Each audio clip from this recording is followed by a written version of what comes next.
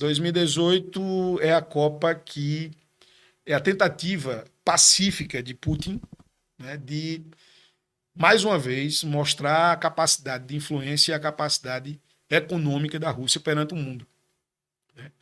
A Rússia, naquele momento, já era a principal economia exportadora mundial de petróleo e gás, mas é um país que vive sérios problemas internos em termos separatistas, principalmente numa região russa chamada Cáucaso, é uma cadeia montanhosa em que nessa região chamada Cáucaso, só lá existem 50 povos diferentes. A Rússia é um país formado, Franco, por 193 povos diferentes, em que o grupo étnico russo ele é maioria. No século XVI, enquanto os países da Europa Ocidental se expandiam maritimamente, chamada expansão marítima, a Rússia se expandia territorialmente em direção à Ásia. É o que a gente vai chamar então de russificação dos povos da Ásia. E aí é um país multiétnico, multirreligioso, né? O grupo étnico russo ele é o grupo mais numeroso, mas há movimentos separatistas.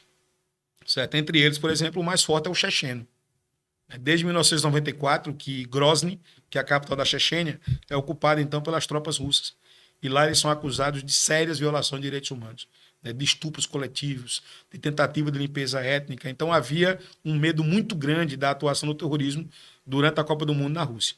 E, ao mesmo tempo, a ideia era mostrar para o mundo uma Rússia que está não apenas apta a receber investimentos estrangeiros, mas uma Rússia também que mantém uma capacidade de influência muito forte. Né? Uma Rússia que vem de uma relação conflituosa em 2008 com a Geórgia, de uma Rússia que vem numa situação de conflito, não era a explosão que é hoje, com a Ucrânia, né? Mas que era um país que estava, portanto, tentando manter naquele momento, a sua imagem de um país com grande capacidade de influência. E é uma Copa que, assim como aconteceu em 2014 aqui no Brasil, para os turistas foi algo delicioso. Né? Quando você escuta, por exemplo, alguém falar sobre a Copa do Mundo no Brasil, cara, o clima de não vai ter Copa, o clima, portanto, de revolta que cercou a Copa, ela fica de lado. Né? As pessoas vão naquele momento separar o processo. Né? Com relação à Rússia vai acontecer a mesma coisa, as pessoas vão ficar encantadas com a Rússia, vão ficar maravilhadas com a Rússia. Né? E é uma Copa em que a final, particularmente, ela tem um cenário geopolítico muito interessante, porque em 2018 já havia um fortalecimento muito grande, né, do Partido Nacionalista francês, que é liderado por uma mulher chamada Marine Le Pen.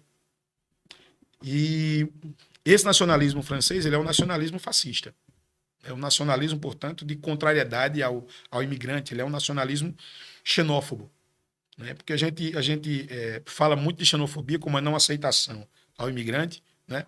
Mas a xenofobia é a não aceitação ao outro, é a não aceitação ao diferente. Né? E que não necessariamente é um imigrante. Tá?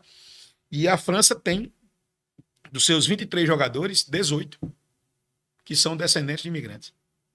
Por outro lado, você tem a Croácia, e que não é uma seleção de futebol brilhante, mas que é uma seleção que, coletivamente, é muito competitiva.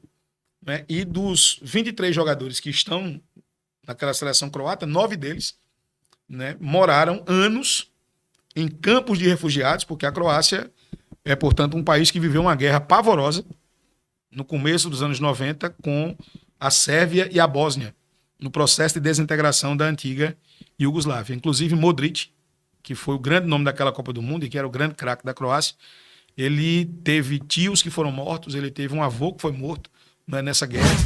E esses jogadores, boa parte deles tiveram parte da infância dando seus primeiros chutes numa bola em campos para refugiados.